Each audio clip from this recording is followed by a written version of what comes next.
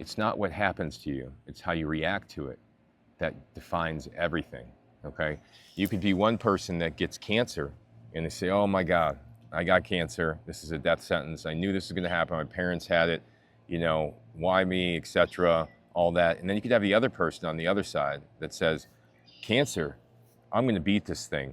I'm gonna be able to overcome this, and at the end of this, I'm gonna be happy with the life I had, and no matter what, I'm getting through this. And this is gonna be an experience that liberates me. It helps me enjoy the simple things in life. It's all about perspective, and it's all about, you know, realizing that it isn't what happens to you, it's how you react to it that defines your reality and your future.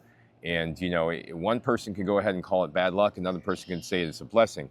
My illness, for example, my chronic illness, I thought at one point in time that it was the worst thing that ever happened to me, you know, and I was sick 7 years, and oh my God, why me? Why does this have to happen to me? And, you know, what did I do to deserve this, etc. But the reality was, you know, that was just a story that was never going to get me back to healing, right? So at one point in time, I started to look for the blessings of the illness. What could come out of this illness that could actually help me? And what could actually benefit me from this illness? And it started to, you know, make my mind think, okay, well, how could I benefit from this illness? And then I started to think, okay, well, what if I was able to help people at the end of my illness who are suffering through the things that I went through, and be able to use my illness to help others and have a purpose in life? Oh, ding, ding, ding, ding, ding. All of a sudden, this illness became something that was beneficial. And it wasn't something that was harmful that happened to me. Now it was a learning experience. Now it was my education to be able to learn how to help other people that are suffering in these situations. Now it was what I needed to be able to accomplish my goal in my life. So the reality is that you can always spin these traumas into something that can be beneficial. I'll give you another example. You know, someone could have had some, you know, sexual abuse when they were younger or something. How could you possibly spin that positive, Matt? How could you possibly spin that positive? Well, the reality is if that person later in life faced this sexual abuse head on with a counselor or someone like myself, and was able to overcome it and feel good about the person that they were now, and feel good about the person that they had become, and the fact that they had overcame this thing that had challenged them in the past. And guess what?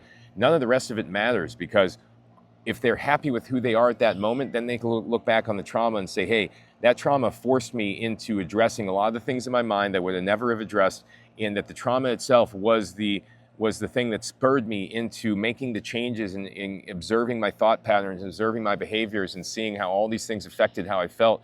And, you know, you have to be able to flip the trauma on its back. The only way to do that is to include it in your narrative, to start to give the trauma or whatever you're blaming for your illness, whatever it is, give it some credit, because that's the thing that forced you into making the changes, forced you into observing the things that you need to observe to be feeling better, forced you into thinking in a different way to allow you to feel better. And this is, you know, this is the reality of these quote unquote unfortunate events. They're often just blessings in disguise.